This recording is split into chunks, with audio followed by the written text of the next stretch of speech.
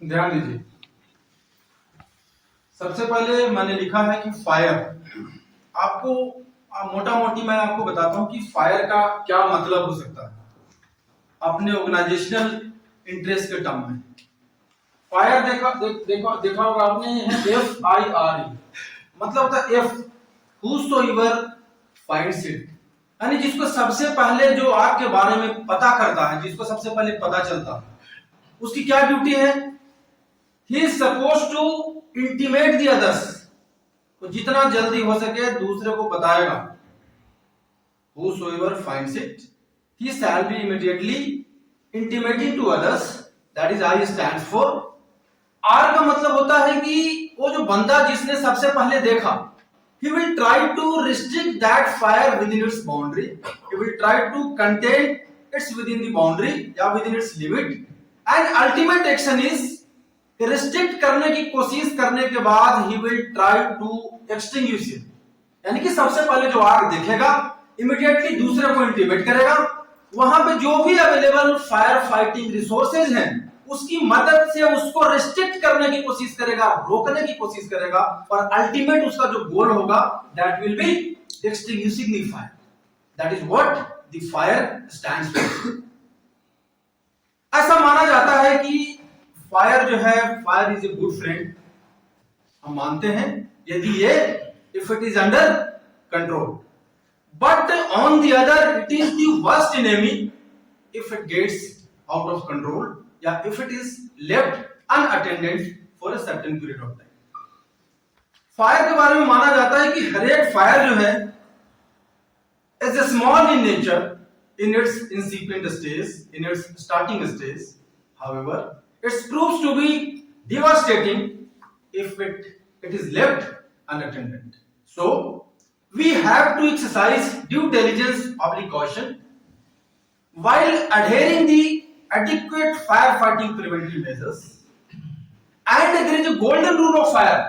Fire के case में एक गोल्डन रूल है जो ये कहता है, it is always better to prevent the fire rather than to fight it. हमेशा आग लगने के कारणों के ऊपर काम करना है हमें। आग लगने के बाद चीजें कंट्रोल हो पाएगी नहीं हो पाएगी हम इसकी गारंटी नहीं ले सकते, लेकिन we have to exercise all the preventive measures जो भी हमें करना चाहिए to stop the fire, to avoid any damages, oblique loss of men and material. So that is what the basic of the fire is. Scientific term में यदि हम इसको देखें, साइंस के टर्म में देखें, तो बोलते हैं कि fire is A self sustained chemical reaction in presence of heat, fuel and oxygen which is termed as a fire triangle. But on the other there is a fire tetrahedron जिसमें कि इसमें चार फैक्टर दिखते हैं। Fire की definition है, fire is A self sustained chemical reaction, such A reaction which is self sustained in nature and in presence of heat, fuel, oxygen. It's a fire triangle, but another term is heat, fuel, oxygen and free radicals. This is new term and मैं आपको बताऊंगा कि free radicals का मतलब क्या होता है। तो जो फायर जो है रिएक्शन, जो मैंने बताया कि ये सेल्फ सस्टेन्ड रिएक्शन है। सेल्फ सस्टेन्ड का मतलब होता है कि एक बार लग गया तो जो रिएक्शन है वो जो भी रिएक्टेंट प्रोड्यूस होंगे, जब भी कोई रिएक्शन होता है उसमें एक प्रोडक्ट होता है, दूसरा रिएक्टेंट होता है। तो जो रिएक्टेंट होगा वो दोबारा से फिर से किसी दूसरे के साथ रिएक्शन करता रहेगा और जो रिएक्शन है वो कंटिन्यूअस एक चेन में होगा। That's why इसको सेल्फ सस्टेन्ड केमिकल रिएक्शन बोलते हैं, चेन रिएक्शन भी बोलते हैं, जिसमें कि आग जो है इन कंटिन्यूटी आग की बनी रहेगी और आग की इंटेंसिटी जो है वो बढ़ती जाएगी। So that's why the definition of fire is it's a self-sustained chemical reaction in presence of heat, fuel and oxygen, which is termed as a fire triangle. But heat, fuel, oxygen and free radical is a fire tetrahedron, जिसमें कि चार factor. आपको ये जानना बहुत आवश्यक है कि आग लगने के लिए ऐसे कौन कौन सी चीजें हैं जो रिस्पॉन्सिबल है।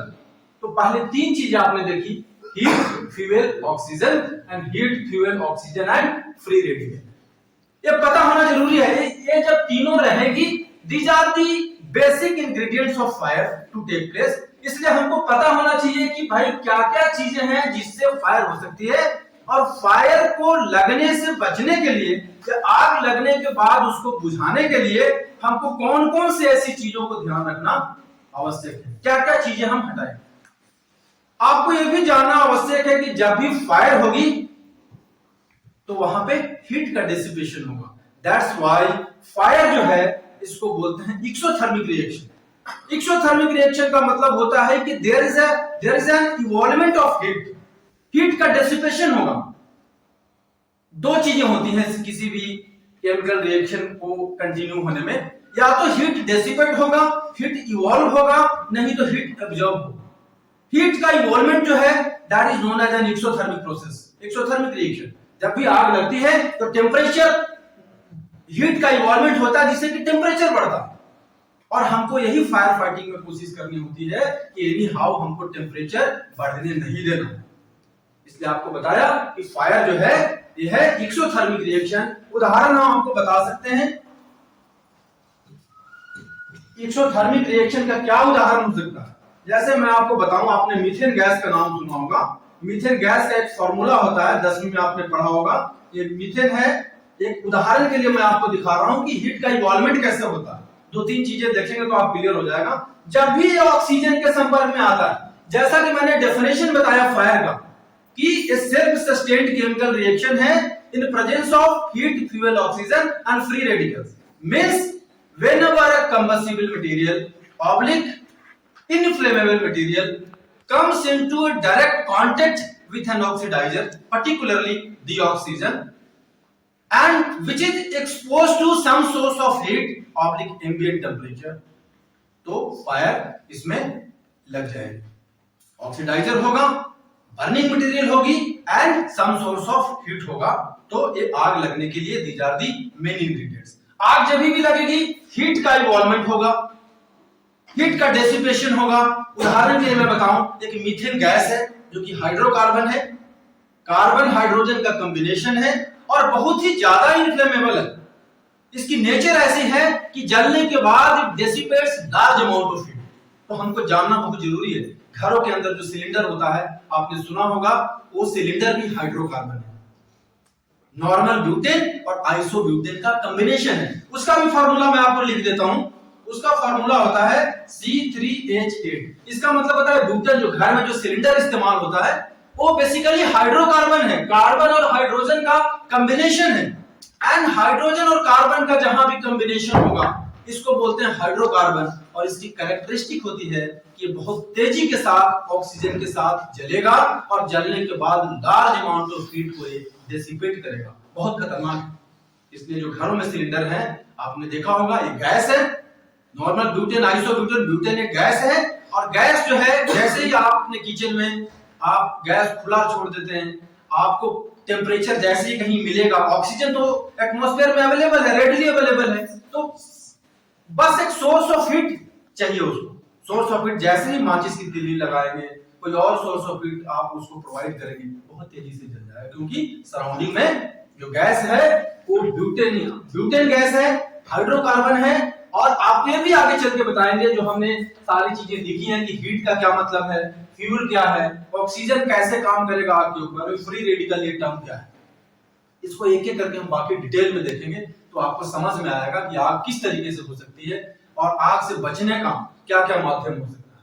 मैं उदाहरण बता रहा हूं, आग लगेगी तो हीट बहुत ज्यादा डेसिपेट होगा और हमको उसी हीट को कम करना। जैसे मीथेन गैस, ब्यूटेन गैस, जो कि घरों में जो एलपीजी सिलेंडर इस्तेमाल होती है, लिक्विफाइड पेट्रोलियम गैस है, that is a hydrocarbon combination of carbon and hydrogen which is highly inflammable in nature। बहुत जल्दी से जलता है, तेजी से जलता है और जलने के बाद लार्ज अमाउंट ऑफ हीट को डेसिपेट करता है। उदाहरण के तौर पर देखें, ऑक्सीजन का फार्मूला O2 होता है, मीथेन है CH4 गैस है, जैसे ही ऑक्सीजन के संपर्क में आएगा ये CO2 कार्बन डाइऑक्साइड और H2O निकलेगा और यहाँ पे जो 393.5 जूल जो है ये अमाउंट ऑफ हीट को डेसिपेट करेगा। आपने देखा होगा हीट का डेसिपेशन जो है बहुत ज्यादा है इस केस में।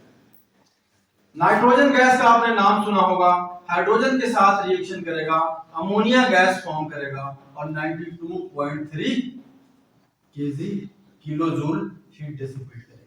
यानी कि जब भी आग की घटना होगी, मैंने बोला आग का लगना एक केमिकल रिएक्शन है और आग लगने के बाद हीट का डिसिपेशन इस तरीके से होता है। उदाहरण मैं आगे चल के आपको दूंगा जिसमें कि ये दिखेगा कि किस किस का क्या रोल है, इंपॉर्टेंट रोल किसका है और उस रोल को हमको कट करने के लिए, हटाने के लिए, आग पे काबू पाने के लिए कौन से ऐसे फैक्टर हैं जिसको हमको पहले देखेंगे। मैं आपको इसलिए पहले बेसिक समझा रहा हूं ताकि आगे आपको पता चले कि इसमें से आग लगने के कौन कौन से कारण हैं और आग बुझाने का इसका उल्टा तरीका होगा। हीट ज्यादा डिसिपेट होगा तो फायर फाइटिंग प्रोसेस में वी रिक्वायर कि हम उसको हीट को कम करें। तो हीट को कम करने के मेथड को हम कूलिंग बोलेंगे। आगे चल के पहले हम बेसिक देखते हैं कि आग लगती कैसे, वो फैक्टर जो है वो किस हद तक फायर फाइटिंग के प्रोसेस को अफेक्ट करता है। ठीक है, ऐसे कंप्लीट साइंस, पूरा साइंस का खेल है जहां जो चीजें हो रही है ना। तो अब देखते हैं फायर टेट्राहाइड्रोन। अभी आपने ये भी देखा होगा केमिकल रिएक्शन जो भी होती है कांस्टेंट प्रेशर पे होती है, जिसको एक टर्म बोलते हैं एंथैल्पी। एक टर्म है कि जो भी हीट इवॉल्व होता है, जो भी हीट निकलता है at the constant temperature and constant pressure, इसको एक टर्म को बोलते हैं हम एंथैल्पी। और इसका एक साइंस में इसका एक फार्मूला है जिसको डेल्टा एच के नाम से हम जानते हैं। जान लो कि ये टेम्परेचर का जो इवॉल्वमेंट है, टेम्परेचर जब कांस्टेंट है, जब प्रेशर कांस्टेंट है, तो टेम्परेचर का जो डिसिपेशन है उसको बोलेंगे एंथैल्पी।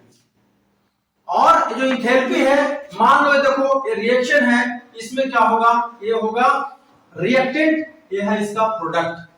तो जब भी हीट का इन्वॉल्वमेंट होगा तो इसका एंथैल्पी का बोलते हैं फॉर्मूला की जो Hp होगा, एंथैल्पी ऑफ द प्रोडक्ट होगा, that will always be lesser than the enthalpy of the reactant. यानी कि टेम्परेचर का इन्वॉल्वमेंट होगा तो प्रोडक्ट से ज्यादा जो है रिएक्टेंट के केस में हीट का डिसिपेशन ज्यादा। अब ध्यान देना टेम्परेचर का क्या रोल है। जितना ज्यादा आप हीट ऐड करोगे उतना ही ज्यादा टेम्परेचर बढ़ेगा। यदि साइंटिफिक टर्म में देखें तो इसको बोलते हैं कि rise in temperature is directly proportional to the quantity of heat which is added.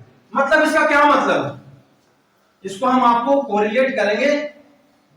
यानी कि rise in temperature, delta T इसको बोलते हैं, टेम्परेचर बढ़ना is directly proportional to the quantity of heat, Q से इसको इंडिकेट करें। यानी कि जितना ज्यादा आप हीट सप्लाई करोगे उतना ही ज्यादा टेम्परेचर बढ़ेगा। यानी कि rise in temperature is directly proportional to the quantity of heat which is supplied. इसका क्या मतलब है, इसका मतलब है कि आग की इंटेंसिटी बढ़ती जाएगी यदि उसको आप सोर्स ऑफ हीट आप उसको बढ़ाते जाओगे। सोर्स ऑफ हीट यदि ज्यादा देते रहोगे तो उसका टेम्परेचर आपका आग का बढ़ता जाए।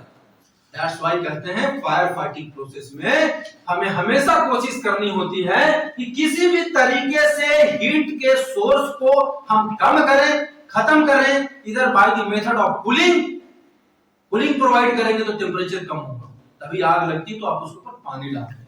क्यों? साइंस कहता है कि add in heat will lead to raise in temperature। जितना हीट मिलेगा उतना ही ज्यादा टेम्परेचर बढ़ेगा। इसलिए हमें कोशिश क्या करनी है कि हीट के सोर्स को हम कम करें। तो देखेंगे कि फायर फाइटिंग प्रोसेस में कौन कौन से ऐसे मेथड हैं जो हम अप्लाई करेंगे। एक्सटिंग्विशर का डिजाइन एंड कॉन्फ़िगरेशन है that is totally based on the source की आग लगती कैसे है। अब हम वन बाय वन देखेंगे कि ये जो फायर टेट्राहेड्रॉन है, फायर ट्रायंगल में आपको बता दिया आग तभी लगेगी जब हीट होगा, फ्यूल होगा और ऑक्सीजन, है ना, तभी लगेगी। चौथा टर्म हमने लिखा फ्री रेडिकल। नहीं समझ में आएगा आपको कोई बात नहीं, हम इसको समझाने की कोशिश करेंगे। ये जो चौथा टर्म है वो क्या है, कोशिश करेंगे। नहीं समझ आएगा नो इश्यूज, बट आप मोटा मोटी तौर पे याद रखिए कि आग तभी लगेगी जब हीट, फ्यूल, ऑक्सीजन तीनों चीजें एक साथ मिलेगी, तीनों चीजें एक साथ अवेलेबल होगी। नहीं अवेलेबल होगी आग नहीं लगेगी। कोई भी एक मिसिंग होगा, fire will not take place. तो now I am going to now explain you all the ingredients one by one. आपने देखा होगा पहला क्या है, हीट है। हीट का मतलब होता है, heat is an energy. Heat जो है इट इज एन एनर्जी जो कि हमेशा ट्रांसफर होती है एक जगह से दूसरी जगह ड्यू टू डिफरेंस। मतलब कि heat always travels from hotter to colder side. Heat always travels from hotter to colder side. मतलब क्या, उदाहरण आपको बता रहा हूं कि फायर फाइटिंग टर्म में हमेशा ध्यान रखा जाता है कि जब भी आग लगेगी, मान लो इस कमरे के अंदर आग लग रही है, तो आप हमेशा ध्यान रखना है, देखना कि जो हीट है वो धीरे धीरे जैसे ही आग की इंटेंसिटी बढ़ेगी टेम्परेचर बढ़ता जाएगा। मैंने आपको बताया कि टेम्परेचर के साथ आग की बढ़ने की घटना का डायरेक्ट रिलेशन है। तो क्या करना है, देखना है, suppose there is a fire in this compartment, तो इमीडिएटली आपको यह देखना है कि बगल वाले कंपार्टमेंट में क्या क्या चीजें हैं। क्योंकि क्या होगा, ये जिस कमरे में आग लगेगी उस पर्टिकुलर कमरे का तापमान जो है धीरे धीरे बढ़ेगा, तो फिर किस तरफ जाएगा, बढ़ के बगल वाले कंपार्टमेंट में जाएगा, जिसको बोलते हैं एडजेसेंट कंपार्टमेंट। तो दिमाग आपका इमीडिएटली जाना चाहिए कि भाई अगल बगल के कंपार्टमेंट में ऐसी क्या क्या चीजें रखी हैं। इमीडिएटली आपको एडजेसेंट कंपार्टमेंट से you have to remove all the items, all the burning materials. नहीं तो क्या होगा, बगल वाले कमरे का भी टेम्परेचर बढ़ेगा, बगल वाले कमरे में फिर आग फैलेगी। दैट्स व्हाई मैंने क्या बोला, heat is an energy which is transferred from hotter to colder side due to difference in temperature। आपने प्रेशर के केस में भी देखा होगा, प्रेशर भी हमेशा ज्यादा से कम की तरफ जाता है, from highest side to lower side. सुना होगा आपने कि ज्यादा से कम की तरफ जाता है। एक्सटिंग्विशर भी उसी प्रिंसिपल पे काम करता है। फायर एक्सटिंग्विशर जब आपने देखा होगा वो भी उसी फंडे पे काम करता है। There is a difference in pressure due to which, अंदर जैसे आप सिलेंडर को पंच करते होंगे, अंदर का जो प्रेशर है वो धीरे धीरे बढ़ता है, क्योंकि उसके अंदर एक कार्टेज होता है, कार्टेज बस्ट होता है, बस्ट होने के बाद कार्टेज जो है सिलेंडर को प्रेशराइज करता है। एटमॉस्फेरिक प्रेशर जो है that is 1 bar. 1 bar equal to 7.6 psi per square inch. Bar भी यूनिट है प्रेशर का और psi भी प्रेशर है। तो बाहर एटमॉस्फेरिक प्रेशर है 14.6 psi 1 बार, और सिलेंडर के अंदर का प्रेशर आपका बढ़ के हो गया 2 बार, 4 बार, 6 बार, 10 बार, 15 बार। तो there is a difference in pressure. तो क्या होगा, बाहर वाला जो प्रेशर होगी वो अंदर, बाहर अंदर वाली जो प्रेशर होगी वो बाहर निकलने की कोशिश करेगी due to difference in pressure. तो ट्यूब्स के सहारे वो अंदर की जो मटेरियल है आपको बाहर निकलने की कोशिश करेगी। वहां पे जो पाइपलाइंस लगी हुई, वहां पे आपने देखा होगा वेंचुरी होल्स होते हैं, और जैसे ही एटमॉस्फेयर के साथ एक्सपोज होगा तो फोम और जो लिक्विड है, फोम और आपका जो AFFF का सॉल्यूशन है मिक्स होगा और फिर वो बाहर फोम की तरह बाहर निकलेगा। तो वही कह रहा हूं कि चाहे टेम्परेचर हो चाहे प्रेशर हो, हमेशा ये हायर साइड से लोअर साइड की तरफ जाता है। ओस्मोसिस भी आपने सुना होगा, आरओ प्लांट घर में आपके अंदर लगा रहता है जिसको रिवर्स ओस्मोसिस, उसमें उल्टा प्रोसेस चलता है। बट ओस्मोसिस में सेम प्रोसेस है कि from higher concentration to lower concentration, from high pressure to low pressure, from high temperature to low temperature. So heat is an energy which is transferred from one body to another because of difference in temperature. यानी कि from hotter side to colder side. तो आग जिस तब कमरे के अंदर लगेगी वहां का टेम्परेचर बढ़ेगा, धीरे धीरे तापमान बढ़ता रहेगा, और वो जो टेम्परेचर है वो ट्रांसफर होगा एडजेसेंट कंपार्टमेंट में, और एडजेसेंट कंपार्टमेंट में भी धीरे धीरे तापमान बढ़ेगा, बगल वाले कमरे में भी आग लगेगी। इसलिए आपको हमेशा ध्यान रखना है कि जब भी आग लगेगी अगल बगल के जो भी कंपार्टमेंट हैं उस कंपार्टमेंट का भी इमीडिएटली वहां से चीजों को removal of man and material is immediately has to be shifted. जल्दी से जल्दी बगल वाले के सामान, कमरे का भी सामान हमें बाहर निकालना है, ठीक है। तो इट्स इंपॉर्टेंट कि हमेशा ध्यान रखें ताकि लॉस हमें ना हो। तो हीट का आपने देख लिया, हीट को आपने देखा होगा मापते कैसे हैं जी, इसका कैलोरी है एक यूनिट, जूल है और बीटीयू है जिसको बोलते हैं ब्रिटिश थर्मल यूनिट। एक कैलोरी में 4.18 जूल होता है और एक बीटीयू में 252 कैलोरी होता है, इक्वल टू 1055 जूल होता है। यानी कि आपको जानना जरूरी है हीट क्या है, हीट कैसे, मतलब कौन सी एनर्जी है, कैसे ट्रांसफर होता है और इसका क्या रोल है फायर फाइटिंग में। मैंने बता दिया जितना ज्यादा हीट सप्लाई करेंगे उतना ही ज्यादा टेम्परेचर बढ़ेगा, आग की इंटेंसिटी जो है, आग का जो वो है, आग का खतरा वो धीरे धीरे बढ़ता है। ठीक है, दूसरा हमारा टर्म है टेम्परेचर। टेम्परेचर भी बहुत इंपॉर्टेंट फैक्टर है, हीट और टेम्परेचर का डायरेक्ट रिलेशन है। टेम्परेचर के बारे में आपने सुना होगा, टेम्परेचर क्या है, टेम्परेचर बेसिकली इसको बोलते हैं hotness oblique coldness of a body, hotness और कोल्डनेस ऑफ ए। इसका क्या रोल है, देखिए इसका भी बड़ा रोल है क्योंकि आपने देखा होगा हीट और टेम्परेचर का डायरेक्टली रिलेशन है, एक बढ़ेगा तो दूसरा भी बढ़ेगा, एक घटेगा तो दूसरा भी घटेगा। कूलिंग प्रोवाइड करेंगे टेम्परेचर कमेगा, हीट ऐड करेंगे टेम्परेचर बढ़ेगा। Adding of heat is directly responsible for raising temperature, इसलिए आपने देखा होगा Q is directly proportional to delta T। अब टेम्परेचर क्या है, हॉटनेस और कोल्डनेस ऑफ ए बॉडी। इससे टेम्परेचर का मतलब होता है कि आपने देखा होगा बॉडी का टेम्परेचर नॉर्मली कितना होता है, ये होता है 37 degree Celsius, that is 98.6 degree Fahrenheit होता है। नॉर्मल आप बुखार मापने जाते हो जी, आप देखते हो कि कितना है, इससे बढ़ता है 100 हो गया तो पता चलता है कि फीवर है।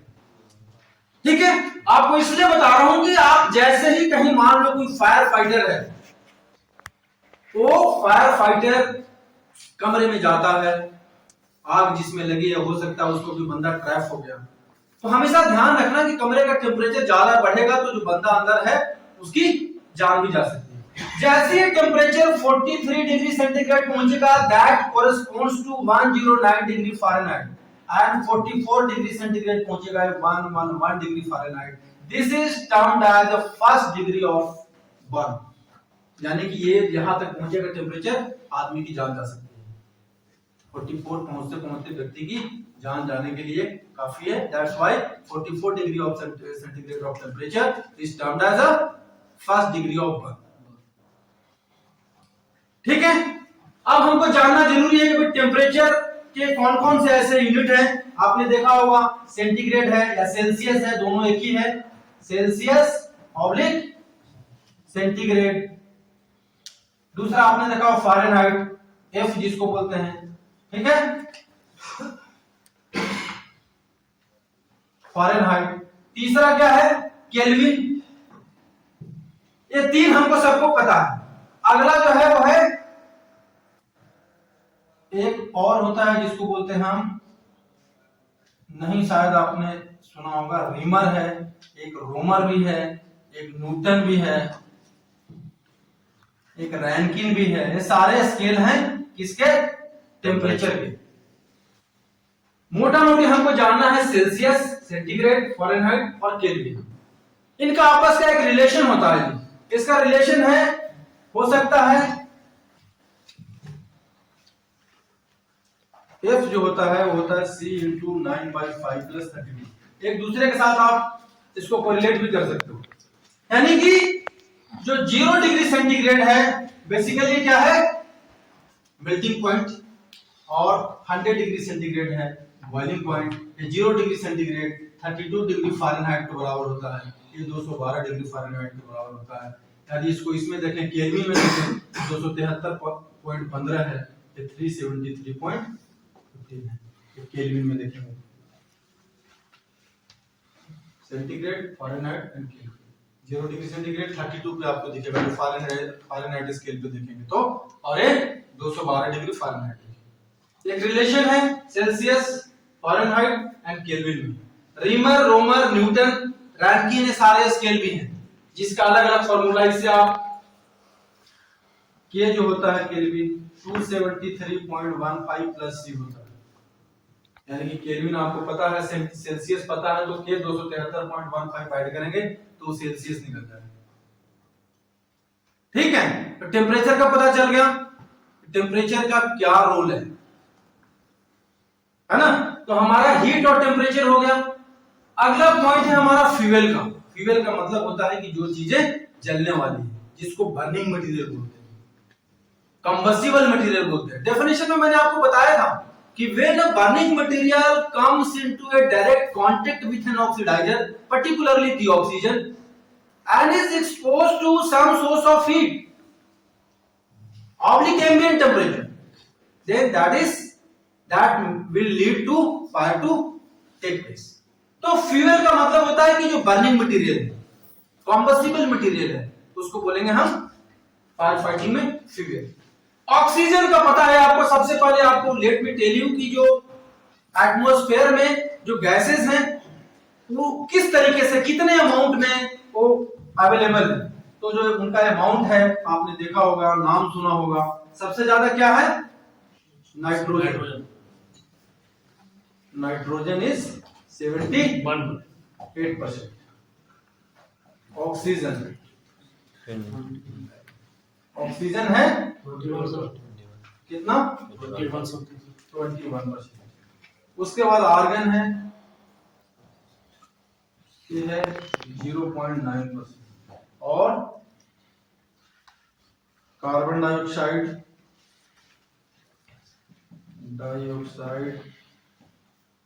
Methane, nitrous oxide and water vapour. ये है 0.1%। तो आपने देखा होगा कि हमारा सिर्फ जो कंसर्न है, we are only concern about the oxidizer, that is oxygen, which is readily available in atmosphere, that is good quantity and that is 21%. अब देखो एक टर्म आता है जिसको बोलते हैं कि the minimum amount of oxygen which is required for a combustion to take place is 16%, which is known as limiting oxygen concentrate, that is LOC. For any fire to take place, the minimum amount of oxygen which is required is 16%। यानी कि आग तभी लगेगी जब atmosphere में कितना percentage? 21%। आग लगने के लिए कितना चाहिए ऑक्सीजन? कितना चाहिए? 16%। और उसको क्या बोलते हैं? उसको बोलते हैं LOC। 16% का मतलब होता है, इसको बोलते हैं लिमिटिंग ऑक्सीजन कंसंट्रेट, यानी कि आग लगने के लिए 16% ऑक्सीजन हमें चाहिए। पर ध्यान रखिएगा, this is amount of oxygen जो कि नॉर्मल केस के लिए। मैंने आपको एक टर्म बताया था जिसको बोलते हैं हाइड्रोकार्बन। हाइड्रोकार्बन यानी कि combination of hydrogen and carbon. उस केस में जहां कहीं पे हाइड्रोकार्बन होगा, वहां उस केस में जो अमाउंट ऑफ ऑक्सीजन होगी which is required for combustion to take place is just 20%. You can see the difference. Here limiting oxygen concentrate is 16%, but in case of hydrocarbon it is just 12%. Hydrocarbon में आपका जो घर का LPG cylinder आता है वो भी आता है। तो what are all the hydrocarbons? What are all the characteristics which all the hydrocarbons have? तो हाइड्रोकार्बन जो होते हैं, हमेशा ध्यान रखना मेरे भाई की बहुत ही ज्यादा इन्फ्लेमेबल है। आग जब भी लगेगी तो हर हाइड्रोकार्बन की कैरेक्टरिस्टिक है कि जैसे ही ऑक्सीजन के ये संपर्क में आएगा, it will evolve, it will disseminate huge amount of, बहुत ही ज्यादा हीट को डेसिपेट करेगा। यानी कि जो एक्सोथर्मिक प्रोसेस है बहुत ही फास्ट होगा इस केस में। इसलिए यहां पे देखो ऑक्सीजन की रिक्वायरमेंट भी यहां पे कम है, जस्ट 12% है, और जलने के बाद बहुत ही ज्यादा हीट इवॉल्व करेगा। इसलिए हमको हमेशा ध्यान रखना, तो और कौन कौन सी चीजें हैं जो कि हाइड्रोकार्बन के अंदर में आती हैं? आपने नाम सुना होगा मीथेन गैस का, आपने नाम सुना होगा ईथेन गैस का, आपने नाम सुना होगा ब्यूटेन गैस का, propane gas, ethylene gas, acetylene gas, benzene का नाम सुना होगा आपने, एसिड का नाम सुना होगा एसिटिक एसिड, इसमें इसके अलावा आपने अल्कोहल सुना होगा मिथाइल अल्कोहल, इथेनॉल जो कि लीकर वगैरह में इस्तेमाल होता है। ये सारे हाइड्रोकार्बन हैं, इसलिए बहुत ही ज्यादा इनसे हमें संभल कर आना, हमें पता करना है कि इनकी कैरेक्टरिस्टिक क्या है। हाइड्रोकार्बन है मतलब we have to exercise utmost care and diligence so that कि हमें आग ना लग सके और हम प्रिवेंटिव मेजर्स हाइड्रोकार्बन के लेके हमको अलग से सोचना। जैसे एलपीजी का उदाहरण आपको दिया, घर में आग लगेगी आपको संभालने का मौका नहीं मिलेगा, बिकॉज जलेगी बहुत तेजी से जलेगी, कम अमाउंट ऑफ ऑक्सीजन में जलेगी, लिमिटिंग ऑक्सीजन कंसंट्रेट जो है in this case is very less in compare to 16% जो नॉर्मल केस में है। तो दैट्स व्हाई हम कह सकते हैं कि हमारा जो ऑक्सीजन है वो बहुत ही one of the most important ingredient है फायर के लिए। तो हमें कोशिश क्या करनी होती है फायर को कम करने के लिए या आग को बुझाने के लिए? We have either to cut out the oxygen supply which in terms of fire fighting is known as smothering, cooling down the temperature is known as removing the heat is known as cooling process and cutting the oxygen supply is known as a smoothing। हमने आपको बताया था कि जो ingredients हैं जो responsible हैं fire लगने के लिए, we have to find out all these ingredients और हमें कोशिश करनी है कि इनको कैसे हम वहां से रिमूव करें सो दैट की जो इंटेंसिटी ऑफ फायर है वो कम हो सके और आग के ऊपर हम कंट्रोल कर सकें, नियंत्रण कर सकें। That's why एटमॉस्फेयर में आपने देख लिया नाइट्रोजन 78% सबसे ज्यादा है, ऑक्सीजन 21% है जो कि फायर ट्रायंगल और फायर टेट्राहेड्रॉन में ये दोनों चीजें हैं। Next is argon which is the third largest 0.9% and in rest of the 0.1% carbon dioxide है, मीथेन गैस है, नाइट्रस ऑक्साइड है एंड वाटर वेपर है। These are all the constituents of the gases in atmosphere. तो हमारा concern था। अब oxygen भी हो गया। Now the another term is which is very important is free radical. मैंने फायर के डेफिनेशन में बताया था कि दोस्त ये जो फायर है इसमें एक self sustained chemical reaction, self sustained chemical reaction का मतलब होता है कि रिएक्शन का जो डायरेक्शन है, रिएक्शन का जो प्रोसेस है ये ऑटोमेटिकली चलता रहेगा चलता रहेगा चलता रहेगा। रिएक्टेंट जो फॉर्म होंगे तो दूसरे के साथ रिएक्ट करेंगे, दूसरा फिर तीसरे के साथ रिएक्ट करेगा और एक चेन में चलेगा। एक चेन रिएक्शन है फायर जो कि आग की इंटेंसिटी को बढ़ाए रखेगा, उसको धीरे धीरे वो बढ़ाता रहेगा। अब देखो अगेन साइंस से आप बोलोगे चेन रिएक्शन क्या है? इसमें chain reaction free radicals. Free radical क्या है? फ्री रेडिकल होता है, आपको थोड़ा सा मैं आपको आपने 9वीं 10वीं में पढ़ा होगा, आपने ऑक्सीजन के बारे में सुना।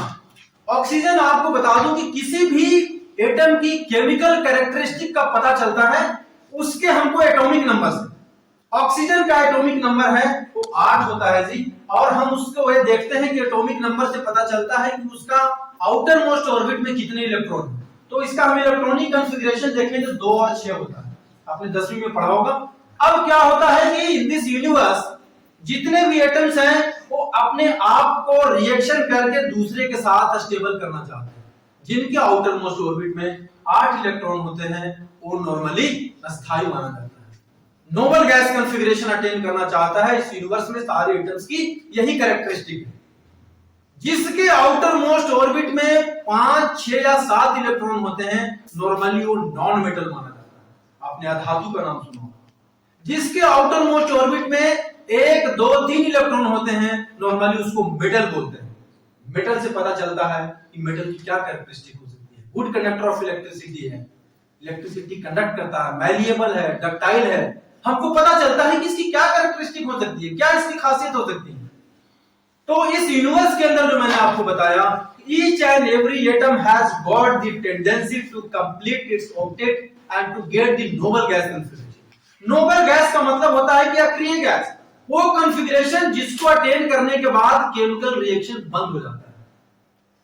नोबल गैस में आते हैं हीलियम, नियॉन, आर्गन, क्रिप्टन, जेनन और रेडन, ये सारे नोबल गैस में आते हैं। ऑक्सीजन के देखिए 2 6 हैं, मैंने बताया जिसके 5 6 7 आउटर मोस्ट में होगा इलेक्ट्रॉन, वो होगा नॉन मेटल, तो नॉन मेटल है। और ये जो रिएक्शन होता है उसमें जो बॉन्ड की कॉन्फ़िगरेशन होती है वो या तो इलेक्ट्रोवैलेंट होता है या कोवैलेंट होता है, यानी कि स्टेबिलिटी अटेन करने के लिए, नोबल गैस कॉन्फ़िगरेशन को पाने के लिए एटम इलेक्ट्रॉन को या तो डोनेट करता है या इलेक्ट्रॉन को एक्सेप्ट करता है या शेयरिंग होती है। इन दिस केस ऑक्सीजन क्या है, देखिए आउटर मोस्ट ऑर्बिट में 6 इलेक्ट्रॉन्स हैं, and in any of the chemical reaction outer most के इलेक्ट्रॉन्स जो होते हैं ऑर्बिट के वही पार्टिसिपेट करते हैं। तो ऑक्सीजन का 6 है।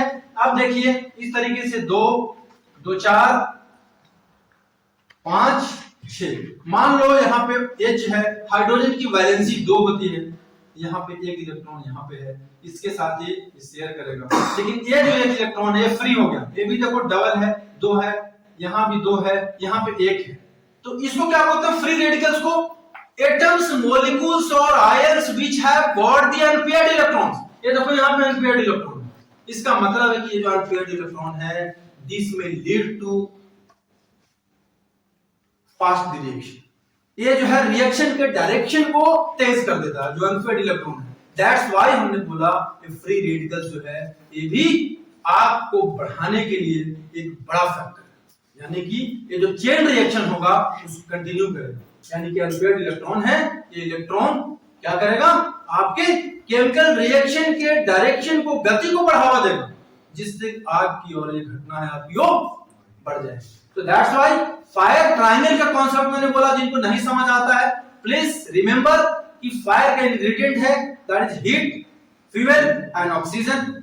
अदरवाइज जिनको बेहतर समझ आती है वो देख सकते हैं कि फ्री रेडिकल भी टर्म है, ऐसा टर्म है जो कि एटम्स, मॉलिक्यूल्स और आयंस के अनपेयर्ड इलेक्ट्रॉन के चलते जो फ्री रेडिकल्स पैदा होता है, और जो चेन रिएक्शन है जो फायर का, वो रिएक्शन की गति को ये बढ़ाते रहता है। समझ आ रहा है? उदाहरण भी आपको दूंगा, शायद आपको समझ नहीं आएगा चेन रिएक्शन का क्या मतलब होता है। आपने मीथेन का नाम सुना होगा, बार बार लिख रहा हूं, ये क्लोरीन के साथ रिएक्शन करता है तो ये क्या करता है, मिथाइल क्लोराइड बनाता है और ये हाइड्रोक्लोरिक एसिड बाहर करता है। ये जो CH3Cl है, मैंने बोला जो रिएक्टेंट पैदा होगा वो रिएक्टेंट आगे दोबारा फिर रिएक्शन शुरू करेगा, CH3Cl दोबारा Cl2 के साथ रिएक्शन करेगा, ये मेथिलीन क्लोराइड बनाएगा, फिर HCl बाहर आएगा। देखो कैसे कंटिन्यूअस चलता है। अगेन जो रिएक्टेंट है CH2Cl2 अगेन HCl2 के साथ रिएक्शन करेगा, ये बनाएगा CHCl3, आपने क्लोरोफॉर्म का नाम सुना होगा, ये HCl है, ये फिर से रिएक्शन करेगा, CHCl3 जो है ये वापस Cl2 के साथ रिएक्शन करेगा, ये कार्बन टेट्राक्लोराइड बनाएगा और HCl। यानी इस तरीके से आप देख सकते हैं कि जो रिएक्शन है दैट इज इन चेन, जो reactant which has been produced again started से reacting with some other जो है आपका प्रोडक्ट, एंड जो ये सीरीज है ये चलती रही। तो this is what the example of the chain reaction in terms of fire fighting, यानी कि मैंने बताया methane gas in presence of sunlight reacts with the chlorine in different stages, यानी कि ये रिएक्शन जो है ये चलता रहे। तो हमें जो आग की घटना को रोकने के लिए वी हैव टू ट्राई, ये जो चेन रिएक्शन है, जो फ्री रेडिकल्स हैं, इसको हम कैसे हटाएं। इसको बोलते हैं हीट को कम करने के प्रोसेस को बोलते हैं cooling, removal of burning material is known as starving, removal of oxygen और cutting off the oxygen supply is known as smothering, and free radicals के हटाने को प्रोसेस को हम बोलते हैं quenching of free radicals, so that की जो रिएक्शन की जो गति है उसको हम रोक सकें। तो ये फायर साइंस जो है, जो design and configuration of extinguishers जो है, जो हमारे फायर फाइट करने के जो हमारे मीडिया है, वो इसी के बेस पे बनाया गया है, जिसको मैं एक्सप्लेन करूंगा इसके बाद। ठीक है।